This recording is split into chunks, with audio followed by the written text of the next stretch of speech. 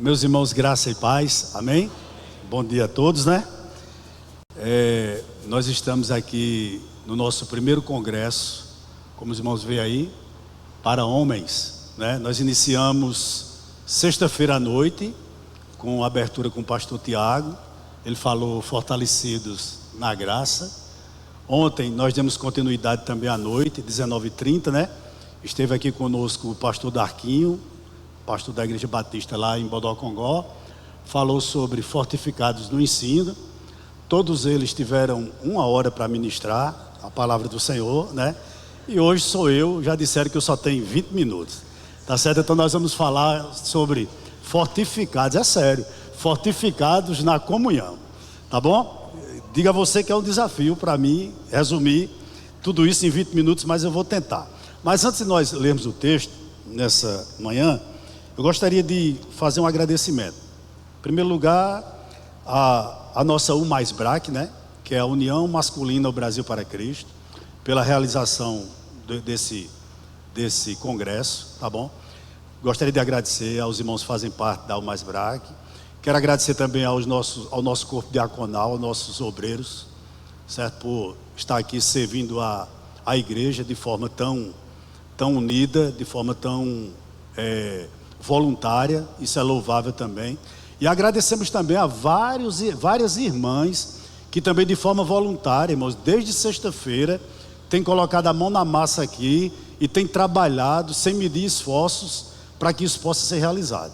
Amém? E por você que orou, aos preletores que estiveram aqui, a você que está nos visitando, sejam sempre bem-vindos e obrigado pela presença de vocês. E agradecer também a Ritinha, minha esposa, que por 3 noites faz com que eu não durma, ansiosa por esse evento, mas hoje, em nome de Jesus, nós estaremos dormindo, tá bom? Toda hora ela diz, eu preciso de uma faca tal, tem que ter um garfo para tirar tal comida, tem que ter uma colher para tal comida. Então, hoje faz 3 noites que eu não durmo, tá certo? Mas hoje à noite, em nome de Jesus, eu vou dormir. Vamos abrir as nossas Bíblias, por gentileza, na carta de Paulo aos Filipenses, marcar o tempo aí, capítulo 4. Nós vamos falar sobre fortalecidos na comunhão. Nós vamos ler do verso 1 até o verso de número 5. O tema é exatamente esse: fortalecidos na comunhão. Todos os irmãos encontraram? Amém? Posso ler? O texto diz assim: portanto, meus amados irmãos, de quem tenho muita saudade, vocês são a minha alegria e coroa. Sim, meus amados, permaneçam deste modo, firmes no Senhor. Peço a Evódia e peço a Sintique, que no Senhor tem o mesmo modo de pensar. E peço também a você, fiel companheiro de jugo, que auxilie essas mulheres, pois juntas se esforçaram comigo no Evangelho, juntamente com Clemente e com os demais cooperadores meus, cujos nomes se encontram no livro da vida. Alegrem-se sempre no Senhor. Outra vez digo, alegrem-se. Que a moderação de vocês seja conhecida por todos. Perto está o Senhor. Vamos orar?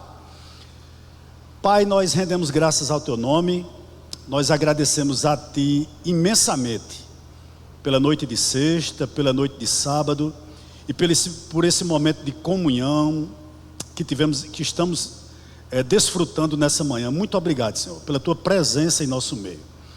Mas te pedimos também que nesse momento, assim como tu o fizesse na sexta noite, ontem à noite, tu possa falar através da tua palavra à tua igreja. Nos edifica para o louvor da tua glória. É assim que nós oramos. Por tudo mais nós te bendizemos em nome de Jesus. Amém. Interessante que há 2 palavras que a gente tem dificuldade de falar no meio cristão. Em primeiro lugar é amor. Nós temos dificuldade de expressar e nós temos dificuldade de falar isso no meio evangélico. Como também nós temos imensa dificuldade de viver, de ver e de pronunciar a palavra comunhão. Eu acho muito interessante porque muitas vezes as pessoas dizem o seguinte: olha, nós só fazemos parte de uma mesma igreja, as placas não nos dividem, isso é besteira. Não é bem assim. Mas uma coisa que me chama a atenção aqui, por que a gente vê tantas vezes placas denominacionais? Por quê? Há uma razão para isso. Porque me parece que quando as cercas estão baixas, a gente consegue, na realidade assim, perceber essas coisas. Em outras palavras, nós não podemos perceber as cercas quando o trigo está alto. Quando verdadeiramente o amor está brotando no nosso coração, essas questões de placas denominacionais, elas se caem por terra, porque nós estamos com a vida mais próxima do Senhor. As cercas não são notadas quando o trigo está alto. O que me chama a atenção aqui é que Jesus disse que uma casa dividida, ela não prevaleceria. Está lá em Mateus capítulo 12, verso de número 25. Paulo, escrevendo aos Coríntios, ele diz o seguinte, que a desunião entre os crentes é algo claro, é um sinal claro de pelo menos duas coisas: de imaturidade e de carnalidade. Em contraponto a Mateus 12, 25 e a 1 Coríntios capítulo 3, verso 13, Lucas registra lá no livro de Atos, capítulo 2, verso 47, que quando os crentes estavam verdadeiramente em comunhão, a igreja passou a contar com a simpatia de todos.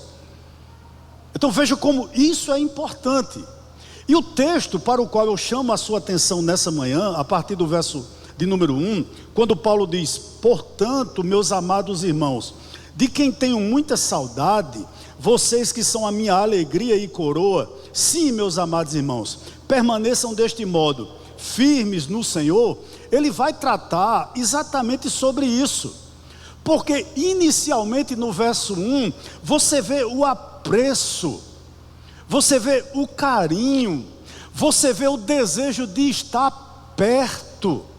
Paulo diz isso aqui de forma muito clara, no verso de número 1 do capítulo 4, eu tenho saudade de vocês, eu gostaria de estar perto de vocês.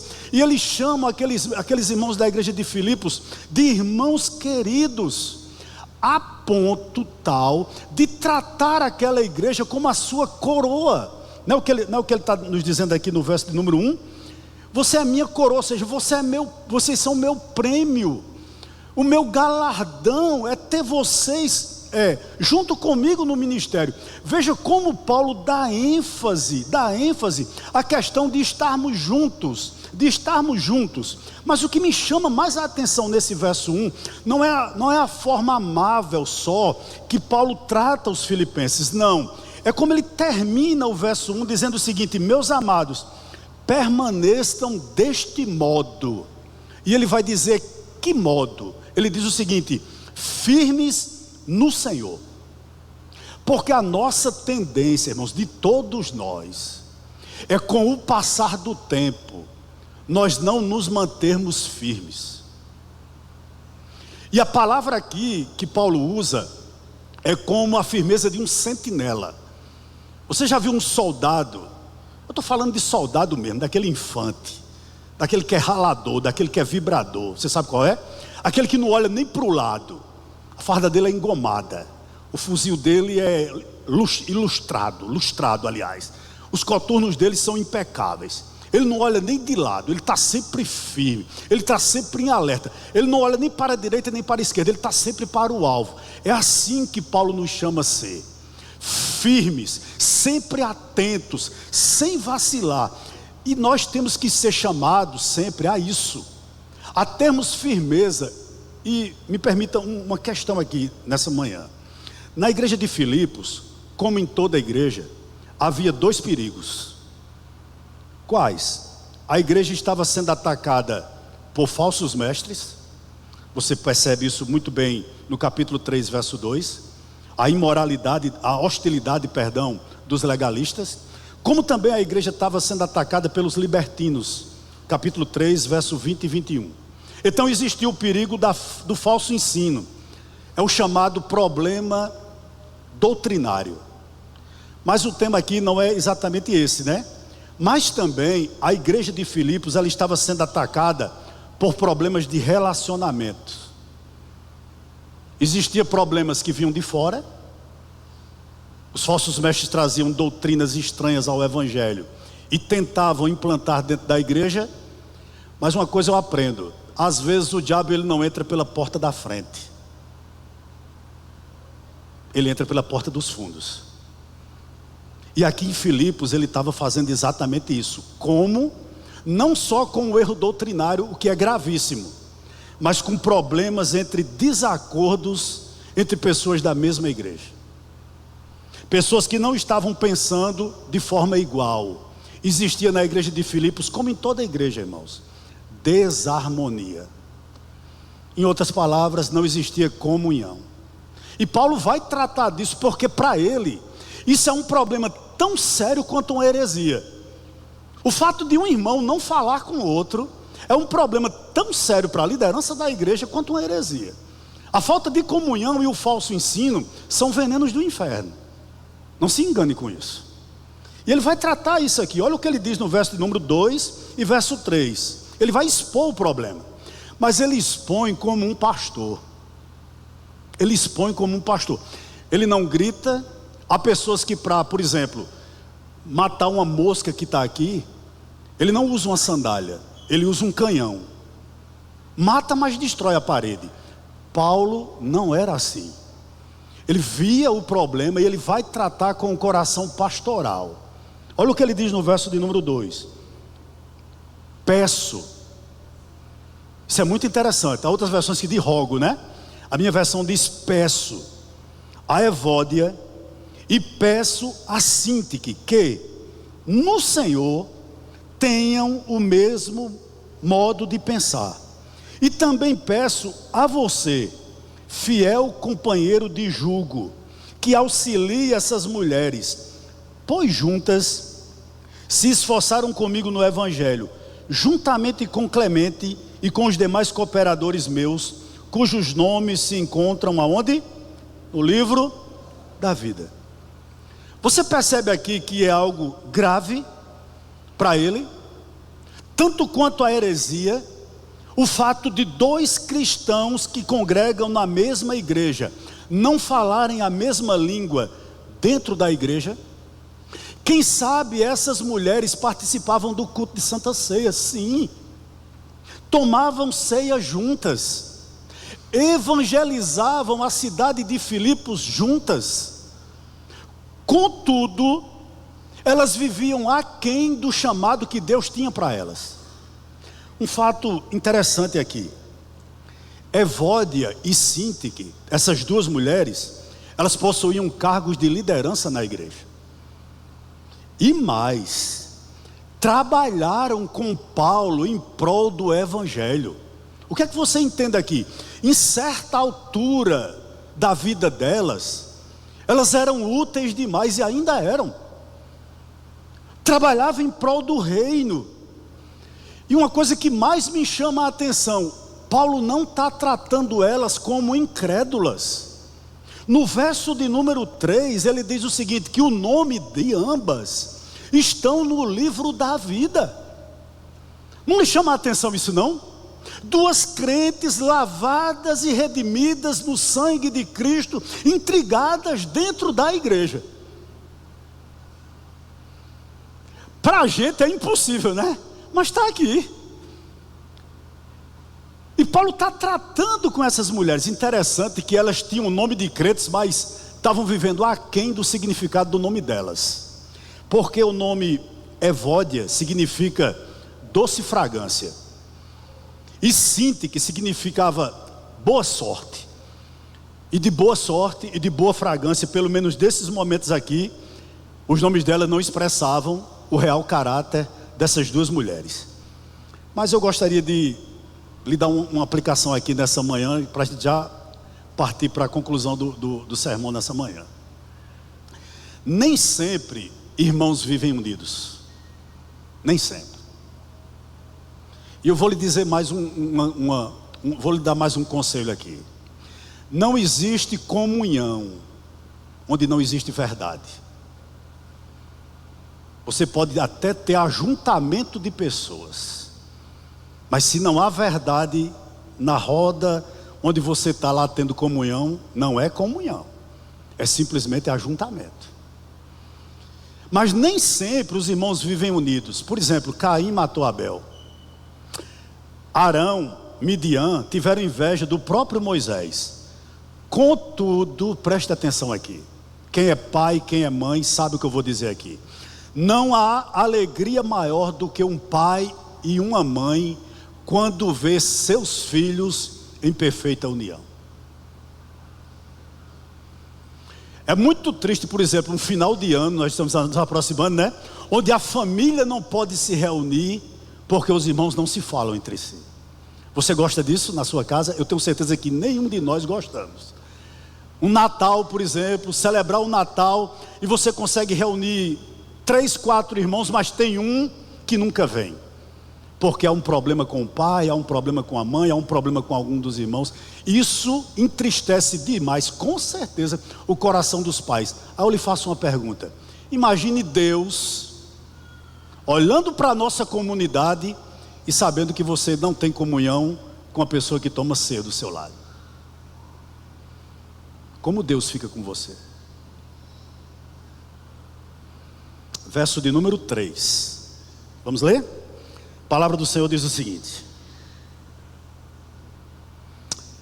e peço também a você, que nós não sabemos quem é essa pessoa, mas Paulo dá uma coisa interessante, um atributo interessante sobre a personalidade dessa pessoa: fiel companheiro de jugo, que auxilie essas mulheres, pois juntas se esforçaram comigo no Evangelho, juntamente com Clemente e com os demais cooperadores meus, cujos nomes se encontram no livro da vida. Por algum motivo, repito, que nós não sabemos qual ou quais, essas mulheres deixaram de trabalhar para Cristo, e elas passaram para trabalhar para elas mesmas. Agora a preocupação delas não era mais a glória de Deus. A preocupação dela era o departamento que cada uma fazia parte. Era o que eu posso realizar. É aquele tipo de gente que acha que o departamento dela é fechado, não tem mais espaço para ninguém. Eu só trabalho com quem eu quero, só me ajuda quem se identifica comigo, quem fala o mesmo linguajar. Me parece que Evódia e Síntica estavam vivendo desse jeito. Enquanto o meu departamento, Evódia podia dizer, tivesse sendo visto, eu vou ofuscar o de Síntica, e vice-versa. E Paulo, de uma forma muito pastoral, além de pedir a elas, ele faz um apelo ao coração delas. Ele faz um apelo ao coração delas. Ele conta com uma pessoa que é primordial em toda a igreja. Eu queria saber o nome desse homem. Ele não diz qual é, mas ele chama ele de fiel companheiro de jugo, né? Fiel companheiro de jugo.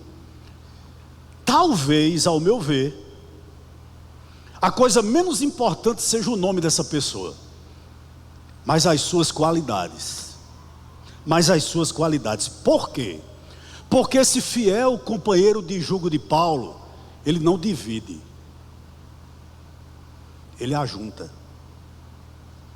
Ele não cava abismos, ele constrói pontes. Como isso é importante. Alguém que não divida, mas alguém que ajunte. Imprescindível em toda a igreja, pessoas que têm um ministério de reconciliação. Ele não apaga incêndio com gasolina, ele joga álcool, aliás, água. Está aqui essa pessoa. E outra coisa, irmãos, que como é difícil, é preciso ter comunhão com isso. O que é que Paulo está dizendo a ele? Você vá lá em Evódia, sonde o coração de Evódia, peça que ela se reconcilie com Síntique, e depois que você fizer isso, vá a Síntique, abra o coração, peça para ela abrir o coração com você, junte as duas, fale com as duas, ore pelas duas. Que coisa maravilhosa. O que é que Paulo está dizendo que esse homem consegue ter, que falta, irmãos, na vida de alguns? Ele consegue trabalhar bem onde coloca ele. Você poderia colocar ele para trabalhar com Sintique, ele iria trabalhar e iria dar o melhor. Você podia botar ele para trabalhar com Evódia, ele iria trabalhar e ia dar o melhor. Eu repito a você, ele é um construidor de pontes e não um cavador de abismo. Quem somos nós? Só existe comunhão alicerçada na verdade. Fora da verdade é só ajuntamento. Com base no verso 2 e 3, eu gostaria de fazer 3 rápidas aplicações das razões porque nós devemos ser unidos.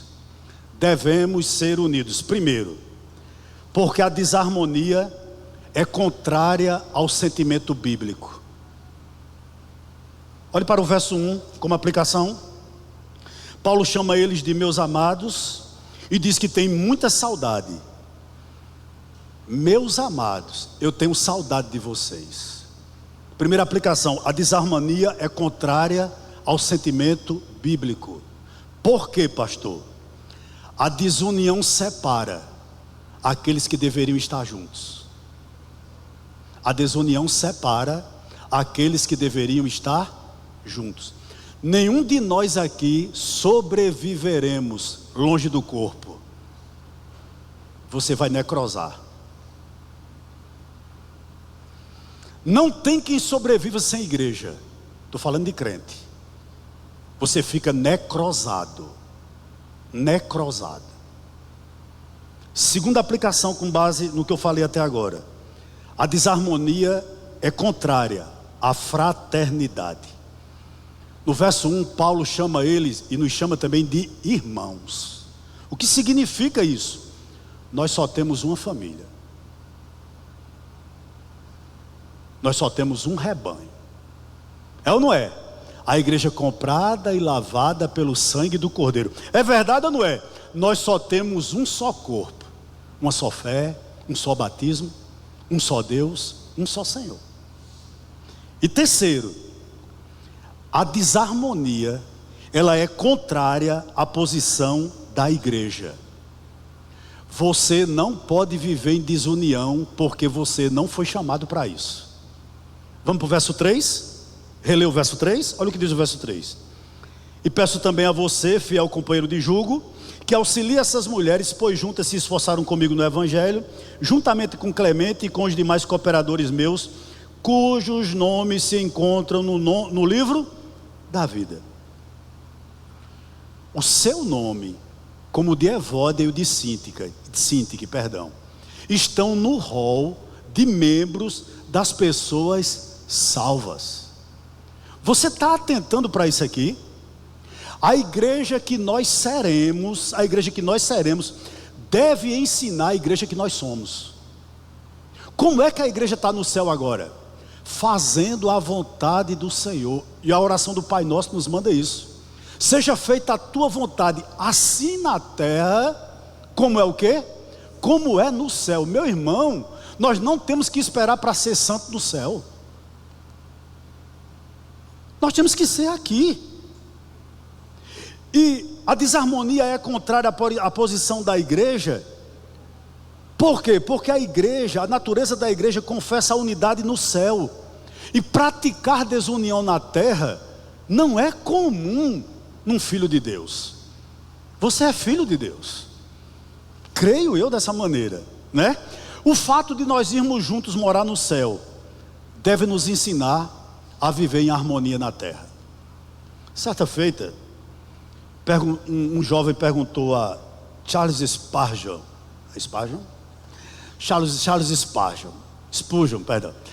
o seguinte: eu gostaria de ir morar no céu. E ele perguntou ao jovem o seguinte: você tem desejo de ser santo? E o jovem disse não. Ele disse: então o céu será um fardo para você. Vamos concluir? Verso 4 e verso 5. Diz assim o texto sagrado: alegrem-se sempre no Senhor. Outra vez digo, alegrem-se. Que a moderação de vocês seja conhecido por todos. Perto está o Senhor. Por que nós devemos nos alegrar? Porque nós somos alienados? Porque nós somos um bando de translocados? Não. Porque a nossa alegria tem nome. A nossa alegria tem nome. Chama-se Jesus Cristo. Quando nós entendemos de onde nós saímos, o que Jesus está fazendo na nossa vida, meu irmão, meus irmãos, talvez nenhum de nós, se a cruz não tivesse alcançado, a gente não estava aqui hoje. Imagine você sem o Evangelho, onde você estaria hoje? Alegre-se no Senhor. E a vida, na realidade, ela é um grande mosaico, em que não faltam cores escuras de sofrimento. A gente vai sofrer, irmão, a gente vai passar por perrengue, a gente passa por situação adversa. Ontem o ministério pastoral é muito desafiador, irmãos. Hoje nós estamos celebrando um culto aqui de comunhão, que coisa maravilhosa. E ontem à tarde nós estávamos realizando uma cerimônia fúnebre. Um jovem pastor, bem mais jovem do que eu, com a sua esposa, velando a sua filha de 17 anos. Olha o mundo como é, louco, irmãos. Olha a vida como é, de altos e baixos. E é interessante, diante de tudo que estava vivenciando, aquela família chorava, é verdade, mas eles estavam em paz. O pai dizia lá: eu sei onde minha filha está, eu sei quem está tomando conta dela hoje. O que era que aquele homem estava dizendo para mim e para todos que estão ali? A minha alegria tem nome, chama-se Jesus Cristo de Nazaré. Nós passamos aqui por desertos abrasadores, nós passamos aqui com certeza, meus queridos, por ausência às vezes de palavra diante do sofrimento, mas nós temos a alegria no Senhor, a nossa alegria é no Senhor. Foi Ele que nos resgatou. E um último conselho, eu não sei nem se eu estou no tempo, último conselho, verso 5, e aqui eu termino. Diz o texto sagrado o seguinte, verso 5: como vencer a falta de união? Paulo diz aqui, verso 5, que a moderação de vocês seja conhecida por todos. Perto está o Senhor. Posso lhe dar um conselho aqui a você que tem o Espírito Santo? Moderação, William Barclay, ele diz que essa palavra ela é tão vasta no grego, que não há no português nenhuma palavra que se assemelhe ao quanto significativa ela é no português. A mais próxima que pode chegar de moderação é domínio próprio. Paulo está dizendo aqui que se você quer vencer a desunião, controle o seu temperamento. Deixe de ira descabida, mas edifique a vida dos outros com a sua palavra como sal.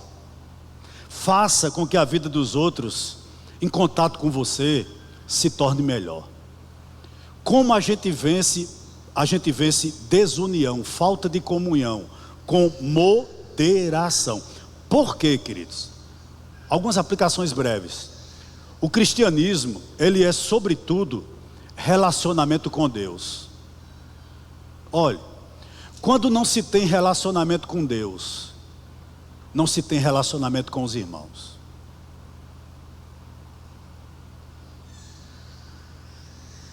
Quando você vê uma pessoa iracunda, estupim curto, desobediente a pai, não respeita pastor, não respeita mãe, não respeita marido dentro de casa, não respeita mulher dentro de casa, não tem vida com Deus.